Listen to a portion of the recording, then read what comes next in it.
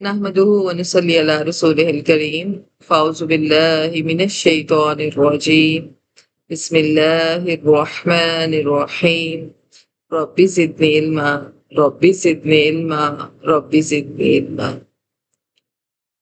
ربنا آتنا في الدنيا حسنة وفي الآخرة حسنة وقنا عذاب النار اللهم إني أسألك علما نافعا وأعوذ بك من علم لا ينفع آمین ثم آمین۔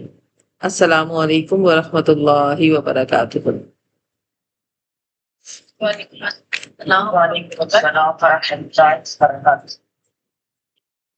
ہم سورہ آل عمران پڑھ رہے ہیں۔ سورہ آل عمران قرآن پاک کی تیسری صورت ہے اور نزول کے اعتبار سے 89 ہے، 200 آیات ہیں، 20 رکوع ہیں، اور یہ آیت جو ہے حضرت عیسیٰ علیہ السلام کے عقیدے کو واضح کرتی ہے کہ آپ نے ایک دجال کو ختم کرنے کے لیے واپس آنا ہے، آپ کو زندہ آسمانوں پر اٹھایا گیا۔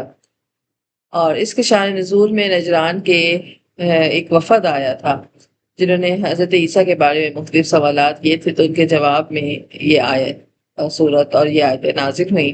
سورہ آل عمران میں جہاں عمران کے خاندان یہ حضرت عیسیٰ، ان کی والدہ مریم، ان کے نانا عمران کا ذکر ہے، وہیں اس صورت میں غزوہ احد اور اس میں ہونے والی کمزوریاں اور اس میں ہونے والی غلطیوں کا بھی ذکر کیا گیا ہے۔ غزوہ احد کا جو واقعہ تھا یہ ایک عارضی شکست تھی، اور مسلمانوں کی پریشانی پر صحابہ کرام کو تسلی کے لیے حضور صلی اللہ علیہ وسلم کو چند امور کا حکم دیا گیا تھا، جس سے رسول صلی اللہ علیہ وسلم کی ناراضگی کا خطرہ زائل ہو گیا۔ لیکن ان حضرات کو اس واقعے سے کے اثر سے نکالنے کے لیے اور ان کے دل سے اس واقعے کی جو پریشانی تھی اس کو ختم کرنے کے لیے اللہ تعالیٰ نے جو ہے وہ مختلف واقعات کا ذکر کیا۔ اور آج کی جو ہم آیتیں پڑھیں گے انشاءاللہ تعالی 160 سے 165 تک، بہت آسان آیتیں ہیں، پچھلے واقعات کو ذکر کیا گیا ہے، لہٰذا ترجمے پر فوکس ہوگا۔ بیچ میں کچھ الفاظ مشکل آئیں گے، ان کو ہم تفصیل کے ساتھ پڑھیں گے انشاءاللہ۔ تو اپنے پاس کھولیے آیت نمبر 160 160۔ اعوذ باللہ من الشیطان الرجیم، بسم اللہ الرحمن الرحیم۔ إن ينصركم الله فلا غالب لكم وإن يخذلكم فمن ذا الذي ينصركم من بعده وعلى الله فليتوكل المؤمنون۔ ان اگر کے معنی میں آتا ہے۔ ینصرکم، نصرہ ینصرو کا مطلب ہوتا ہے مدد کرے، اور کم یہاں پر زمین ہے۔ ینصرو وہ مدد کرے، کم تمہاری، اگر وہ مدد کرے۔ اب وہ کون ہے؟ اللہ، فاعل بعد میں ذکر کیا گیا ہے، فعل پہلے ذکر کر دیا گیا۔ اگر اللہ تمہاری مدد کرے، فلا غالب لکم، تو تمہیں پر کوئی غالب نہیں آ سکتا۔ فا پس لا نہیں، غالبہ غالب آ سکتا، لکم تم پر، کوئی بھی تم پر غالب نہیں آ سکتا۔ وَإِن اور اگر، یخذلکم اگر وہ تمہیں چھوڑ دے، یہ ورڈ انڈرلائن کیجیے، یہ آپ لوگوں کے لیے نیا آیا ہے۔ ایک ہوتا ہے اخذ یاخذو، یہ وہ نہیں ہے۔ اخذ یاخذو کا مطلب ہوتا ہے پکڑنا، یہ ہے یخذلکم، یخذل۔ اخذ یاخذو میں حمزہ، خا اور زا اس کا اصل ورڈ ہوتے ہیں، روٹ لیٹرز ہوتے ہیں، لیکن یہاں پر جو روٹ لیٹرز ہیں وہ ہے خا، زال، لام، یہ خزل سے بنا ہے، خزلہ۔ خزلہ کہتے ہیں کسی کی مدد کے وقت تنہا چھوڑ دینا، ساتھ نہ دینا، مدد سے ہاتھ کھینچ لینا، بیار و مددگار چھوڑ دینا، یا مدد سے محروم کر دینا. تو یخذل وہ چھوڑ دیتا ہے، وہ مدد نہیں کرتا. اور جزم کے ساتھ بھی اس کو پڑھا گیا ہے یخذلو اور یخذل. لام کی جزم کے ساتھ بھی پڑھا جاتا ہے اور لام کے جو ہے پیش کے ساتھ بھی، دونوں کے معنی ایک ہی ہوتے ہیں. وہ چھوڑ دیتا ہے یا وہ چھوڑ دے گا. اسی طرح کم تم ہے تو یخذلکم وہ چھوڑ دے یا تمہاری مدد نہ کرے. یہ آپشن ہے اس کے پاس کہ اگر وہ چاہے تو تمہاری مدد کرے تو تمہیں کوئی ہرا نہیں سکتا، تم پر کوئی غالب نہیں آ سکتا. لیکن اگر وہ تمہیں چھوڑ دے، تمہاری مدد نہ کرے. اب یہاں پر یخذلکم کا مطلب یہ نہیں کہ اللہ تعالیٰ ظلم کرتے ہوئے کسی کو چھوڑ دیتے ہیں، بے یار و مددگار چھوڑ دیتے ہیں، بلکہ جب کوئی قوم یا کوئی انسان اپنی نافرمانی سے یا گناہوں سے اللہ کے احکام سے بار بار اللہ کے احکام کو رد کرتا ہے تو ایسے شخص کی پھر اللہ تعالیٰ مدد چھوڑ دیتے ہیں، وہ اللہ کی نصرت سے محروم ہو جاتا ہے اور پھر جو چاہتا ہے اس کو ہرا دیتا ہے، اسے کبھی کامیابی نہیں ملتی. جس کے پاس اللہ کی مدد ہٹ جائے تو وہ اللہ کی نصرت سے محروم ہو جاتا ہے. اور یہ صرف اس وقت ہوتا ہے جب کوئی بندہ اللہ کے احکام توڑنے میں حد سے تجاوز کر جائے. ایک دو غلطیاں ہوتی ہیں، توبہ کر لی، اللہ راضی ہو جاتا ہے. اللہ کو راضی کرتا رہے انسان، کیونکہ انسان غلطی کا پتلا ہے نا.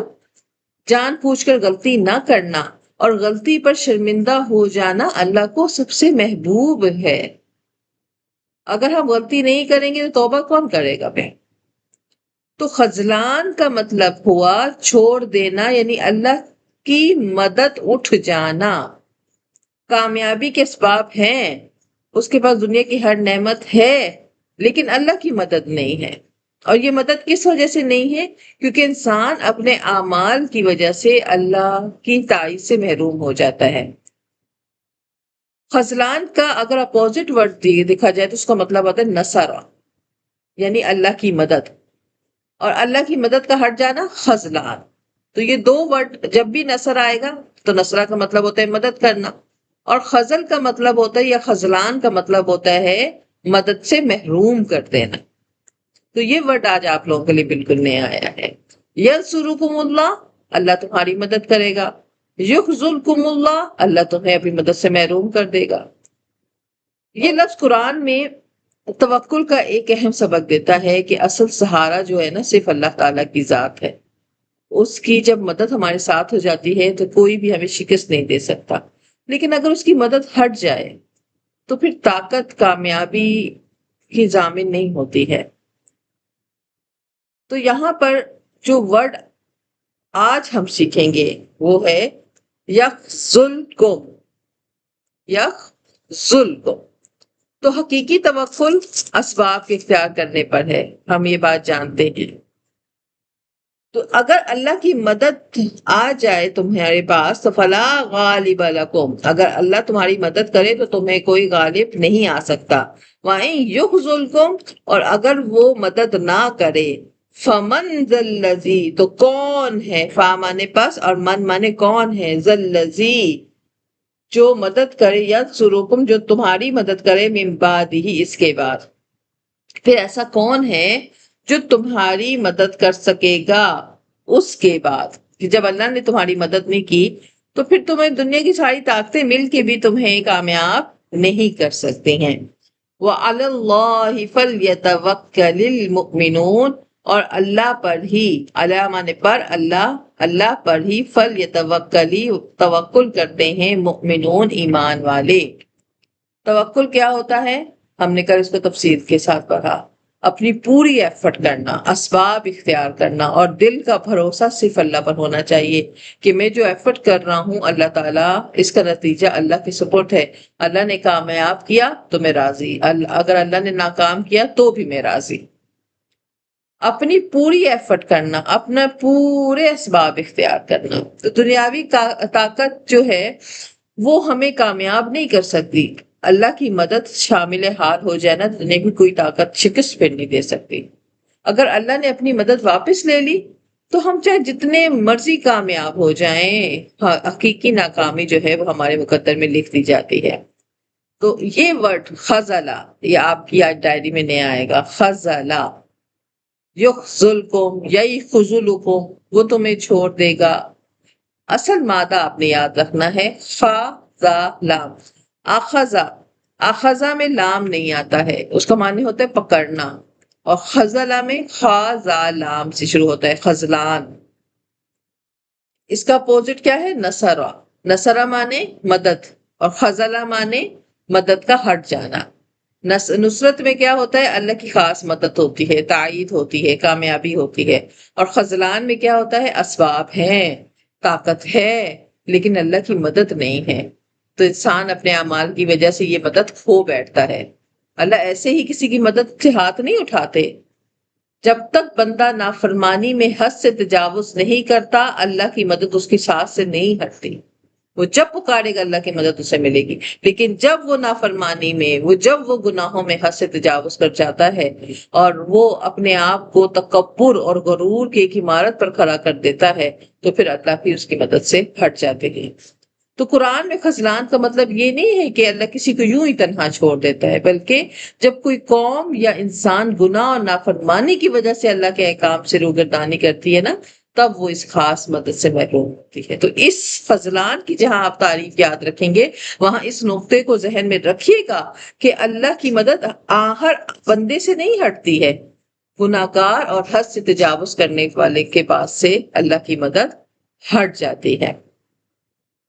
وما کانا، وما کانا، اور نہیں ہے، کانا یکونو کا معنی ہونا، وما کانا، اور نہیں ہے، للنبی، کسی نبی کے لیے، ان یغل، کہ وہ خیانت کرے۔ اب ایک اور نیا ورڈ آپ لوگ کے پاس آیا، یغل۔ غل یا غل، یہ واحد کسی یا مانے وہ، اور غل اصل ورڈ ہے یہاں پہ غلہ، غین لام اور لام، غین اور لام کی تشدید کے ساتھ اس مادے سے کئی الفاظ بنتے ہیں، اور اس کا مطلب ہوتا ہے خیانت کرنا۔ یہ نیا ورڈ ہے آپ لوگ کو، جہاں خذلان نیا ورڈ آیا نا، وہاں دوسرا نیا ورڈ جو آج آپ لوگ سیکھیں گی وہ ہے غل۔ غل کا مطلب ہوتا ہے، یا غل کا مطلب ہوتا ہے خیانت کرنا، امانت میں بے ایمانی کرنا، مال غنیمت چھپ کر کچھ لے لینا، یا سرکاری یا اجتماعی مال میں ناجائز تصرف کرنا۔ یہ تمام غل کے معنی میں استعمال ہوئے ہیں۔ اور غل اس نے خیانت کی، یا غل وہ خیانت کرتا ہے، یا غلہ وہ خیانت کرے گا۔ تو یہاں پر این یا غلہ کہ وہ خیانت کرے۔ غلول کیا ہے؟ خیانت ہوتی کیا ہے؟ اس کو سمجھیے۔ خیانت کہتے ہیں، اور خاص طور پہ اس آیت میں غلول کا مطلب کیا ہے؟ تو جب مال غنیمت ہو یا پھر اجتماعی امانت ہو، اور اس میں دوسروں کو بتائے بغیر کوئی شخص اپنے لیے کچھ رکھ لے، اعلان ہوا چندے کا، سب لوگوں نے اپنا اپنا حصہ ڈال دیا، اب کسی ایک شخص نے اس میں سے کچھ حصہ اپنے لیے خاص کر لیا، تو یہ خیانت ہے۔ بعض فقہا کہتے ہیں کہ بیت المال میں خیانت کو غل کہتے ہیں، بعض کہتے ہیں سرکاری مال ہے کوئی، کیونکہ سرکاری مال کا تو کوئی والی وارث تو ہوتا نہیں ہے، کھلا کھاتا ہوتا ہے، تو وہ اس میں جو شخص جو ہے وہ مال چھپاتا ہے وہ غل کہلاتا ہے۔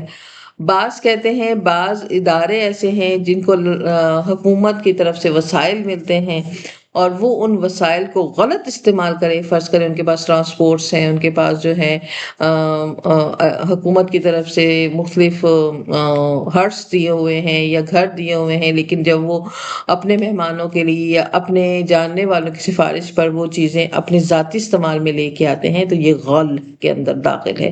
علماء کرام اس پر اتفاق کرتے ہیں، اور علماء کرام کی ایک جماعت کہتی ہے اس کا معنی عام ہے، کسی بھی امانت میں خیانت کرنا، کوئی چاہے وہ ایک فرد کی امانت ہے، چاہے وہ ایک جماعت کی امانت ہے، چاہے وہ ایک ادارے کی امانت ہے، یا چاہے وہ ایک ملک کی امانت ہے، کسی بھی امانت میں خیانت یا بددیانتی کرنے کو غل کہا جاتا ہے۔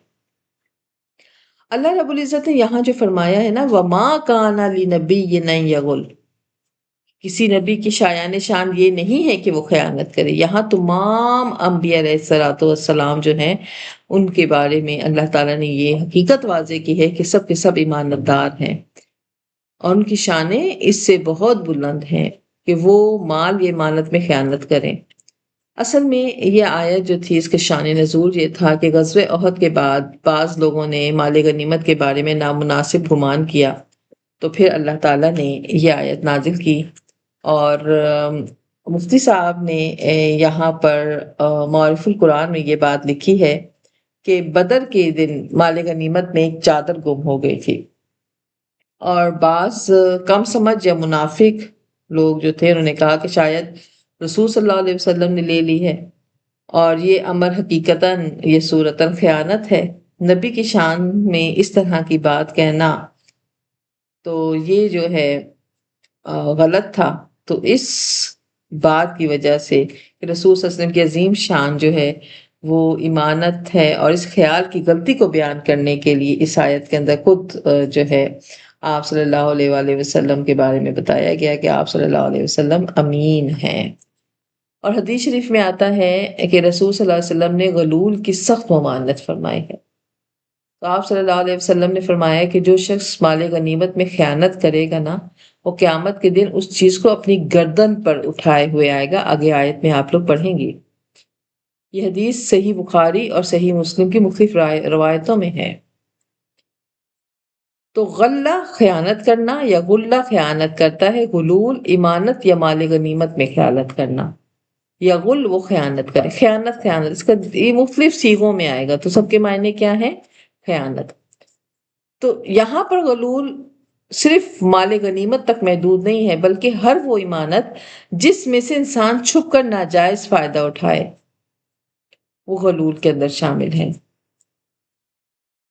وَمَن يَغْلُلْ اور جو خیانت کرتا ہے.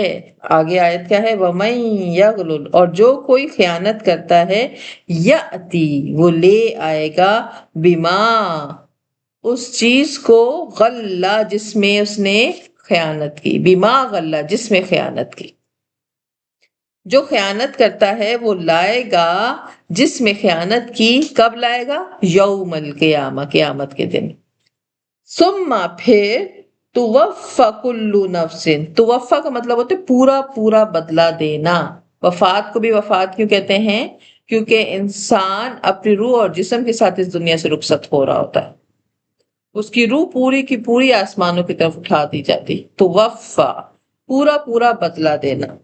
کل نفس ہر نفس کو. پھر ہر نفس کو پورا پورا بدلہ دیا جائے گا ما کسبت جو اس نے کمایا ہوگا. وَهُمْ لَا يُظْلَمُونَ اور ان پر ظلم نہیں ہوگا. ان پر کسی بھی قسم کا ظلم نہیں کیا جائے گا. تو یہ آیت کے ذیل میں جو ہے غزوہ بدر کا واقعہ جو ہے علماء کرام نے لکھا ہے. جیسے میں نے ابھی آپ لوگوں کو بتایا کہ حضور صلی اللہ علیہ وسلم کے بارے میں انہوں نے کہا تھا کہ شاید وہ چادر حضور صلی اللہ علیہ وسلم نے لی ہو اور ان کے دلوں میں یہ تھا کہ یہ تو خیانت ہے. تو غلول کو گناہ عظیم کہا گیا ہے اور اللہ تعالیٰ نے غلول کے متعلق جو ہے وہ سخت وعیدیں بھی نازل کی ہیں. اور حضور صلی اللہ علیہ وآلہ وسلم کی جو ذات ہے وہ غلط سے پاک ہے. آپ ایمانت دار ہیں. آپ نے کبھی کسی کی رائت کے دانے کے برابر بھی مال کو نہیں چھپایا. اس لیے کہ آپ صرف اس دنیا کو نہیں آپ کو جنت کے نظارے بھی کروائے گئے اور دنیا کی سارا مال جنت کی ایک نعمت کا نعمت بدل بھی نہیں ہو سکتا. تو جس ذات نے جنت کے نظارے کیے ہوں، جنت کی شہانیت دیکھی ہو، جنت کا بادشاہ ہو، تو وہ کیسے اس دنیا میں غل کر سکتا ہے؟ اللہ تعالیٰ حیرت کا اظہار کر رہے ہیں کہ تمہارے ذہن میں بھی یہ بات کیسے آئی کہ ایک معمولی چادر ایک نبی چھپائے گا. اور اس اپنے نبی کی یہاں پاکی کے لیے اللہ تعالیٰ نے جو ہے پھر یہ آیت نازل کی تھی. اور عموماً جب ہم کسی اجتماعی مال میں خیانت کرتے ہیں تو اس میں کیا ہوتا ہے؟ اس میں بہت سارے لوگوں کا حصہ ہوتا ہے. تو اگر وہ شخص بعد میں اس چیز کو واپس بھی کر دیتا ہے تو وہ اب کس کس سے معافی مانگے گا؟ اور سینکڑوں ہزاروں آدمیوں کی اس نے چوری کی ہوتی ہے. اگر ایک وقت میں ایک بندے کی چوری کرتا ہے نا تو اس کو چیز واپس کر کے اس سے معافی تلافی کر سکتا ہے. لیکن جب اجتماعی مال میں چوری کرتا ہے تو اجتماعی چوری ہوتی ہے. اور یہی وجہ ہے کہ ایک دفعہ غزوے کے موقع پر ایک شخص نے جو ہے اون کا ایک حصہ جو ہے وہ چھپا دیا تھا. مال غنیمت آیا، تقسیم ہو گیا، تو وہ صحابی آپ صلی اللہ علیہ وسلم کی خدمت میں حاضر ہوئے اور کہا کہ یا رسول اللہ کہ میں نفس کے ہاتھوں مجبور ہو کر میں نے یہ اون کا گولا جو ہے یہ میں نے چھپا لیا تھا. آپ رحمت اللہ عالمین ہیں اور آپ جو ہیں شفیق ہے، مجھے معاف فرمائیں. تو آپ صلی اللہ علیہ وآلہ وسلم نے وہ گولا انہیں واپس کر دیا کہ اب میں اس کو کس طرح سارے لشکر میں تقسیم کروں. اب یہ گولا جانے، تم جانو اور اللہ جانے، کیونکہ یہ اللہ کا مال تھا اور اسے تقسیم میں آنا تھا. لیکن اب میں اس کی تقسیم کتنے لوگوں میں کر سکتا ہوں، تو یہ ضائع ہو جائے گا. لہٰذا آپ صلی اللہ علیہ وسلم نے اس کا معاملہ جو ہے اللہ پر چھوڑ دیا. اسی طرح غلول کی جو سزا بھی ہے نا یہ عام چوروں سے زیادہ سخت ہوگی. میدان حشر میں جہاں ساری مخلوق جمع ہوگی تو سب کے سامنے اس کو اسی طرح رسوا کیا جائے گا. جو مال چوری کیا تھا اس کی گردن پر لدا ہوگا. اور صحیحین میں حضرت ابو ہریرہ رضی اللہ تعالیٰ عنہ سے مذکور ہے کہ رسول صلی اللہ علیہ وآلہ وسلم نے فرمایا، دیکھو ایسا نہ ہو کہ قیامت میں کسی کو اس طرح دیکھوں کہ اس کی گردن پر ایک اونٹ لدا ہوا ہے اور یہ اعلان ہوتا ہے کہ اس نے مال غنیمت کا اونٹ چرا لیا، اور وہ شخص اگر مجھ سے شفاعت کا طالب ہوگا تو میں اس کی صاف جواب دے دوں گا کہ میں حکم اللہ پہنچا دیا، اب میں کچھ نہیں کر سکتا. اللہ بچائے میدان حشر کی رسوائی سے. اور جن کے ساتھ یہ معاملہ ہوگا وہ تمنا کریں گے کہ ہمیں جہنم میں بھیج دیا جائے مگر رسوا نہ ہو. ہمارے استاد محترم فرماتے تھے کہ اگر آپ کسی ادارے میں کام کرتے ہیں اور اس ادارے میں آپ کو کھلی اسٹیشنری دی جاتی ہے، پینسلیں ہیں، پین ہیں، وہ اس ادارے کے اندر کام کرنے کے لیے ہے. اکثر ایسا ہوتا ہے اور کہ ہمارے ہسبینڈ ہیں جب وہ آفیسز میں کام کر رہے تھے تو پین ساتھ لے آتے ہیں، اسٹیشنری لے آ جاتے ہیں، یا بھائی کام کر رہے ہیں، بیٹے کام کر رہے ہیں، تو وہ امانت آفس کی تھی. اب اگر ہم ایک پین بھی اس میں سے ہم لے کے اپنے گھر کے استعمال کرتے ہیں تو قیامت کے دن وہ پین ہماری گردنوں پر سوار ہو کر آئے گا کہ یہ اس نے خیانت کی. اتنی معمولی سے معمولی خیانت بھی نظر انداز نہیں کی جائے گی. تو اللہ رب العزت قیامت کی رسوائی سے بچائے. وہ سخت دن ہے، وہ بڑا ہی حساب کتاب کا دن ہے. اللہ تعالیٰ اس دن کی سختیوں سے ہم سب کو محفوظ فرمائے. تو یہاں پر جن لوگوں نے حضور صلی اللہ علیہ وسلم کے بارے میں بات کی تو اللہ تعالیٰ نے آپ کے بارے میں کہا وَمَا كَانَ لِلنَّبِيِّ أَن يَغُلَّ، نبی کے شان نہیں ہے کہ وہ خیانت کرے. وَمَن يَغْلُلْ يَأْتِ بِمَا، جو خیانت کرتا ہے لائے گا اس چیز کو غلّ یوم القیامہ، جس کی خیانت کی ہے قیامت کے دن. ثم توفا، پھر پورا پورا دیا جائے گا کل نفس، ہر نفس کو ما کسبت، جو اس نے کمایا. وہم لا یظلمون، اور اس پر ظلم نہیں کیا جائے گا. جو شخص بھی خیانت کرے گا تو غلول کے معنی آپ لوگوں کے سامنے بڑے واضح ہیں. غل، غین لام لام، مال غنیمت میں چھپا کر کچھ لے لینا. اس میں تمام مال شامل ہے، بیت المال کا مال شامل ہے، سرکاری مال شامل ہے، اداروں کے وسائل میں چوری شامل ہے، کسی بھی اجتماعی امانت بدیانتی شامل ہے. تو غلول صرف مال غنیمت تک محدود نہیں ہے، ہر وہ امانت جس میں سے انسان چھپ کر ناجائز فائدہ اٹھائے غلول کے مفہوم میں آتا ہے. یعنی اگر کسی کو پتہ بھی کوئی نہیں کچھ کہے گا، آپ آفس کے پین گھر میں استعمال کریں، کون کہے گا بھائی اسٹیشنری تھی آفس کی گھر لے آئے. لیکن آپ کا اور یہ رب کا معاملہ ہے. جب کوئی چیز اجتماعی ہو جاتی ہے نا پھر اس میں نظر رب کی ہوتی ہے، ہم رب سے نہیں چھپ سکتے ہیں.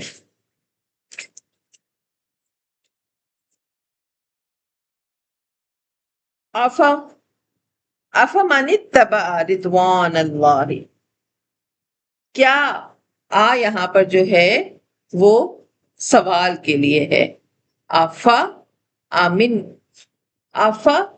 من اتبع، بس جو ایسا شخص، من مانے ہوتا ہے شخص، جو کوئی، یہ مختلف معنی من کے آتے ہیں. تو یہاں پر نون جو ہے وہ تا کے ساتھ ملا ہوا ہے اتبع، اگر ہم اسے انڈیویجول پڑھیں اتبع، لیکن آیت میں ہم نون کے ساتھ تا کو ملا رہے ہیں. افمن اتبع، پس وہ شخص یا کیا وہ شخص، حمزہ استفہامیہ ہے، کیا وہ شخص جو پیروی کرتا ہے رضوان اللہ، اللہ کی رضا کی، کمن، کاف یہاں طرح کے معنی میں، اس شخص کی طرح ہو سکتا ہے باء بسخط من اللہ. باء یہ ورڈ پہلے بھی گزرا ہے، لوٹنا. با کا مطلب کیا ہے؟ لوٹنا، جو لوٹا ہو اللہ کے غضب کو لے کر، اللہ کی طرف جو ہے وہ اللہ کے غضب کو لے کر لوٹا ہو. وَمَأْوَاهُمْ جہنم، اور اس کا ٹھکانہ کیا ہے؟ جہنم ہے. وَبِئْسَ الْمَصِيرُ، اور وہ بہت ہی بری جگہ ہے. رضوان اللہ کی خوشنودی، اللہ کی پیروی. بس ایک ایسا شخص جو اللہ کی خوشنودی حاصل کرنے میں اتباع میں لگا رہا، پیروی کرتا رہا کہ مجھ سے اللہ راضی ہو جائے، راضی ہو جائے، اس شخص کے برابر ہو سکتا ہے؟ اللہ یہاں سوال کر رہے ہیں کہ اس شخص کے برابر ہو سکتا ہے جس نے اپنی ساری زندگی گناہوں میں گزار دی، بار بار اللہ کے غضب کو للکارتا رہا، تو دونوں کا انجام ایک تو نہیں ہو سکتا. اللہ کی رضا حاصل کرنے والا اور اللہ کی ناراضگی مول لینے والا برابر نہیں ہو سکتا. اللہ کی رضا جنت ہے اور اللہ کی ناراضگی جہنم ہے. جہنم بہت برا ٹھکانہ، جیسے اللہ برا کہہ رہے ہیں بئس، تو اس کو کون اچھا کہے گا. ہم درجات، ان کے کیا ہے؟ درجات ہے عند اللہ، وہ مختلف درجوں میں ہیں اللہ کے ہاں. واللہ بصیر بما یعملون، اور اللہ دیکھتا ہے جو کچھ وہ کر رہے ہیں. اللہ تعالیٰ ان کو دیکھ رہا ہے. اللہ تعالیٰ کے ہاں ہر شخص کا مقام ہے، اس کے ایمان، اخلاص، اعمال کے مطابق جو ہے اس کو اللہ تعالیٰ جنتیں دے گا. ایسا نہیں ہے کہ جو دنیا میں اللہ کے رضا کے لیے کوشش کرتا رہا، اس نے اپنے نفس کو مار دیا، اور ایک وہ شخص جس نے کبھی کیا، کبھی نہیں کیا، کبھی کیا، دونوں کو ایک جیسی جنت نہیں ملے گی. پہلے اللہ نے موازنہ کیا ایمان والوں کا، اتباع کرنے والوں کا نافرمانوں سے، فرما برداروں کا نافرمانوں کے، دونوں ایک جیسے نہیں ہیں. اسی طرح فرما برداروں میں بھی مختلف درجات ہوں گے. کسی نے اپنی پوری زندگی ہی رب کے لیے وقف کر دی، کسی نے 50% وقف کی، کسی نے 30% کی، کسی نے 10% کی، تو ہر ایک کو اس کے لیول کی جنت ملے گی. اللہ خوب دیکھنے والا ہے. ہر شخص کے مقام، ہر شخص کے مقام جو ہے اس کے ایمان، اس کے اخلاص، اس کے اعمال کے مطابق ہوگا. کسی کے ساتھ ناانصافی نہیں ہوگی. ایک ایسا شخص جو 5 وقت پر نماز پڑھنے والا ہے، ہر وقت وضو رکھنے والا ہے، قرآن و حدیث کے پر عمل کرنے والا ہے، تہجد گزار ہے، اشراق اوابین کا پابند ہے، وہ ایک ایسا شخص جو کہ صرف 5 وقت نماز پڑھتا ہے، کبھی سنتوں پر عمل کیا، کبھی نہیں کیا، دونوں کا لیول ایک جیسی جنت پہ دونوں تھوڑے جائیں گے. دونوں کی لیول ڈیفرنٹ ہوگا، دونوں ڈیفرنٹ جنتوں میں. جنت کے بہت سے درجات ہیں. لَقَدْ مَنَّ اللَّهُ عَلَى الْمُؤْمِنِينَ، اب تیسرا نیا ورڈ آپ لوگوں کے پاس آیا، مننا. لقد تحقیق کے معنی میں آتا ہے، یقیناً، بے شک، بہت سارے اس کے ترجمے ہوئے ہیں. من، میم، نون، نون. من کہتے ہیں احسان کو. یہاں من جو ہے بڑا اہم لفظ ہے، اس کو سمجھیے. یہ بار بار نہیں آیا قرآن پاک میں، چند مقامات پر صرف آیا ہے، لہٰذا یہ آپ کے پاس ایک یونیک ورڈ آیا ہے. عربی زبان میں من جو ہے، میم، نون، نون، نون کی تشدید کے ساتھ، مننا. ایک ہوتا ہے من، کون. ایک ہوتا ہے مننا نون ساکن کے ساتھ، اور ایک ہے نون تشدید کے ساتھ. دونوں کا فرق سمجھے.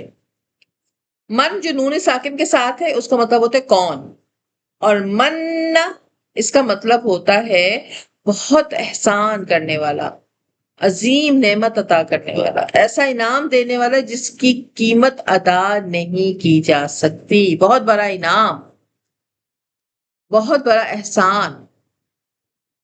مننا، اس نے بہت بڑا احسان کیا. کس نے؟ اللہ، اللہ نے. اب اللہ نے عظیم احسان فرمایا.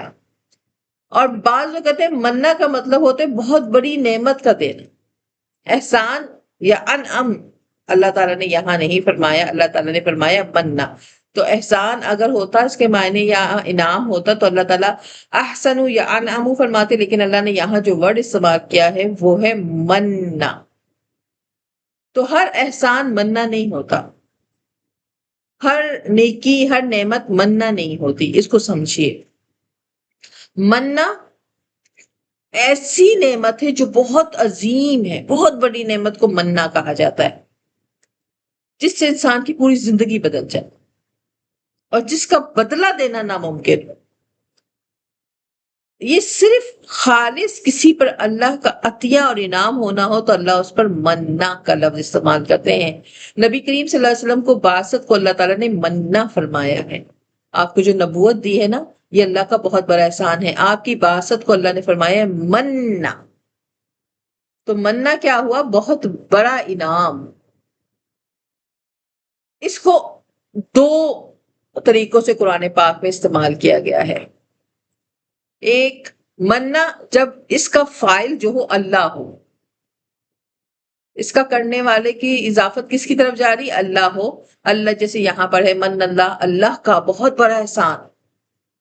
تو جب فاعل اللہ ہو تو اس کے معنی ہوں گے عظیم نعمت عطا کرنا، خصوصی فضل دینا، بے مثال احسان کرنا. لقد من اللہ علی المؤمنین، اللہ تعالیٰ نے ایمان والوں پر بڑا احسان کیا ہے. لیکن جب اس کے معنی انسان ہو، اس کا فاعل انسان ہو، تو اس وقت اس کے معنی کیا ہوتے ہیں؟ احسان کو جتانے والا. لا تبطلوا صدقاتکم بالمنّ، اپنے صدقات کو ضائع مت کرو احسان جتلا کر. تو دونوں جگہ مننا آیا ہے. اگر مننا کا فاعل جو ہے اللہ ہے تو اس کا مطلب کیا ہے؟ بہت بڑا احسان، بہت بڑی نعمت دینے والا. اور اگر مننا کا فاعل جو ہے اگر انسان ہے تو اس کا مطلب ہوتا ہے احسان جتانا، بار بار احسان یاد دلانا، کسی کو بار بار شرمندہ کرنا. ایک ہی مادہ ہے، ایک ہی فعل ہے، لیکن فاعل چینج ہونے کی وجہ سے معنی تبدیل ہو گئے. یہ قرآن کا بہت بڑا معجزہ ہے. اسی لیے کہتی ہوں ورڈنگ پہ غور کریں. تفسیر صرف ترجمہ پڑھنے کا نام نہیں ہے، تفسیر الفاظوں کے گھماؤ پھراؤ کو جانچنے کا نام ہے. لقد من اللہ علی المؤمنین، اللہ تعالیٰ نے بہت بڑا احسان کیا ہے مومنین پر. اذ بعث فیہم، کہ جب بھیجا ان میں رسول کو، من انفسہم، انہی میں سے. رسول صلی اللہ علیہ وآلہ وسلم کا آنا ایک بہت بڑا احسان ہے. قرآن پہنچنا، ایمان کی دعوت دینا، اخلاق کی اصلاح کرنا، تزکیہ نفس سکھانا، کتاب و حکمت کی تعلیم دینا، انسان کو گمراہی سے ہدایت کی طرف نکالنا، اور انتہائی محبت کے ساتھ کرنا، کوئی سختی نہیں ہے. یہ اللہ کا بہت بڑا احسان ہے. حضور کی ذات ہم سب کے لیے بہت بڑا احسان ہے. ہم اس نعمت کا بدل دے ہی نہیں سکتے. دنیا کی ساری نعمتیں ایک طرف، جنت کی ساری نعمتیں ایک طرف، اور حضور صلی اللہ علیہ وسلم کی ذات ایک طرف. کیسے احسان ہے، کیسے من ہے، اب اللہ خود بتاتے ہیں. یتلو علیہم، وہ پڑھتا ہے، علیہم ان پر، آیاتی ہی، اس کی آیتیں، اللہ کی آیتیں وہ ان کو پڑھ پڑھ کر سناتا ہے. وَيُزَكِّيهِمْ، اور پاکیزہ بناتا ہے انہیں. وَيُعَلِّمُهُمُ الْكِتَابَ، اور انہیں سکھاتا ہے کتاب، وَالْحِکْمَتِ، اور حکمت. یہ حضور کی اس لیے بڑے احسان ہیں. حضور کا آنا، حضور کا مبعوث ہونا، جو یہاں پر اللہ نے فرمایا نا اِذْ بَعَثَ فِيهِمْ رَسُولًا، یہ اللہ کا بہت بڑا احسان ہے مومنین پر کہ ان میں رسول بھیجا. کیسے بڑا احسان ہے؟ اب اللہ خود بتا رہے ہیں کہ وہ تمہیں کتاب پڑھ کے سناتا ہے، وہ تمہیں پاکیزہ کرتا ہے، وہ تمہیں سکھاتا ہے کتاب اور حکمت. وَإِن كَانُوا مِن قَبْلُ، اور اگر وہ تھے اس سے پہلے. وَإِن، اور اگر، کانو وہ تھے، من قبل اس سے پہلے، لفی ضلال مبین، واضح گمراہی میں. اگر وہ واضح گمراہی میں بھی تھے تو نبی جو ہے اپنی رحمت، محبت، حسن اخلاق سے انہیں ان گمراہی کے اندھیروں سے باہر نکالتا ہے. اولما، سوال کے لیے ہے.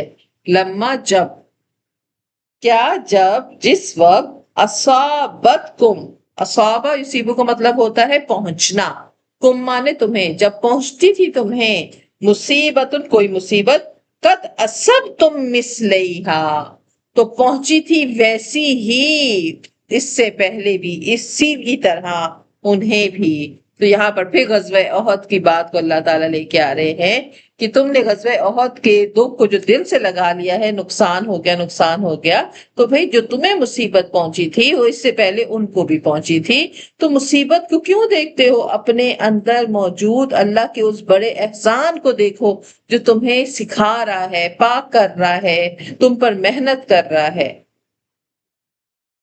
قل تم ان ھذا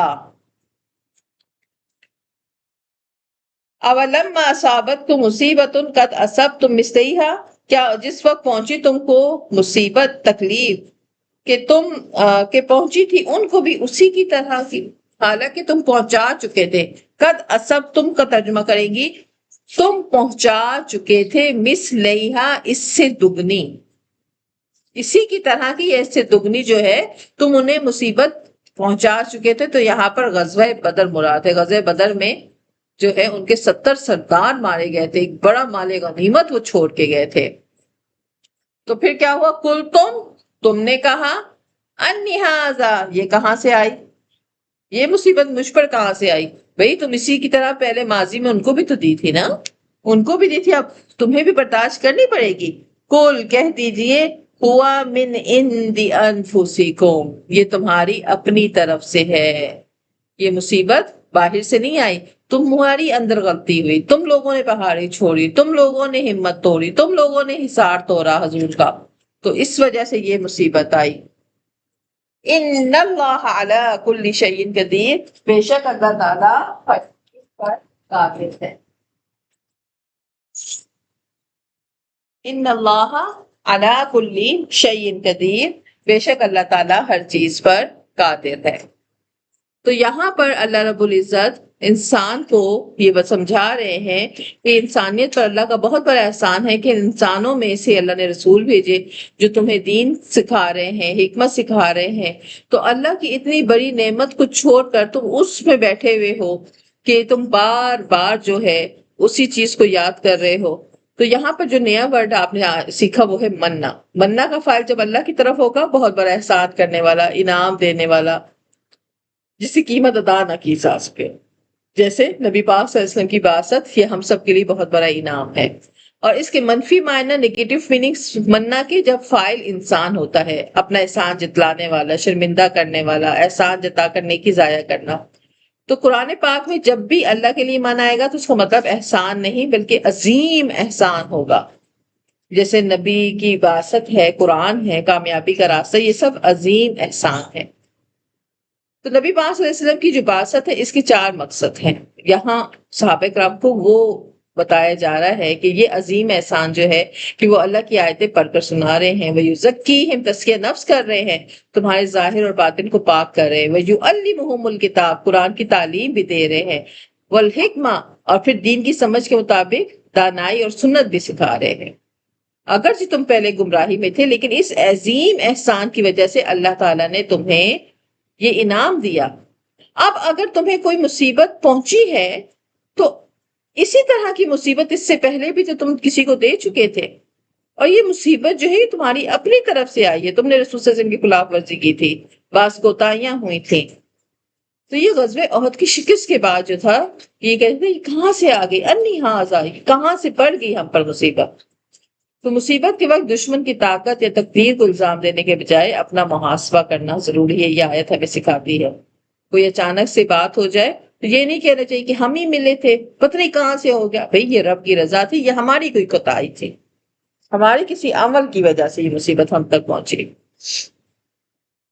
اور اللہ تعالیٰ نے یہاں انہیں غزوہ احد میں ہونے والے نقصان کو معمولی بتایا کہ تکلیف اور غم تم اس سے پہلے غزوہ بدر میں دے چکے تھے، ان کے 70 سردار مارے گئے، 70 دشمن ان کے گرفتار ہوئے تھے، اور دگنی کامیابی تمہیں اس سے ملی۔ اور تمہارے تو صرف 70 شہید ہوئے نا، ان کے تو 140 پہ چلے گی تھی تعداد۔ تو اللہ تعالیٰ نے ان کی پچھلی کامیابیت کو یاد دلائی تاکہ دکھ کا احساس کم ہو، اور اس کے ساتھ ساتھ یہ بھی واضح کیا کہ موجودہ تکلیف جو ہے یہ دشمن کی کثرت کی وجہ سے نہیں ہے بلکہ تمہاری اپنی نادانی کی وجہ سے ہے۔ تو سورہ آل عمران کی آج کی ان آیتوں کو ہم نے کیا پڑھا؟ آیت نمبر 160 میں ہم نے پڑھا کہ وسائل پر نہیں، ہمیں اللہ کی ذات پر بھروسہ کرنا ہے، ہر قسم کی خیانت اور بددیانتی سے پرہیز، خواہ وہ سرکاری مال ہو یا عام امانتیں ہوں، وہ غلول میں شامل ہے، اور شکر گزاری، حضور صلی اللہ علیہ وسلم کی ذات کا مبعوث ہونا ہم سب کے لیے شکر گزاری ہے، اور یہ اللہ کی عظیم نعمت ہے جس کا ہم جتنا شکر ادا کریں کم ہے کہ ہم ان کی امتی کی حیثیت سے پیدا ہوئے اور مصائب میں حالات کو کوسنے کے بجائے اپنی غلطیوں کو دیکھیں، کوتاہیوں کو دیکھیں۔ تو اللہ تعالیٰ ہمیں صرف قرآن پڑھنے کے لیے نہیں بلکہ سوچنے، سمجھنے اور زندگیوں کو تبدیل کرنے کے لیے سمجھنے کی توفیق عطا فرمائے۔ کسی نے کوئی سوال کرنا ہے تو کر لیجئے، یہاں پر روکتے ہیں۔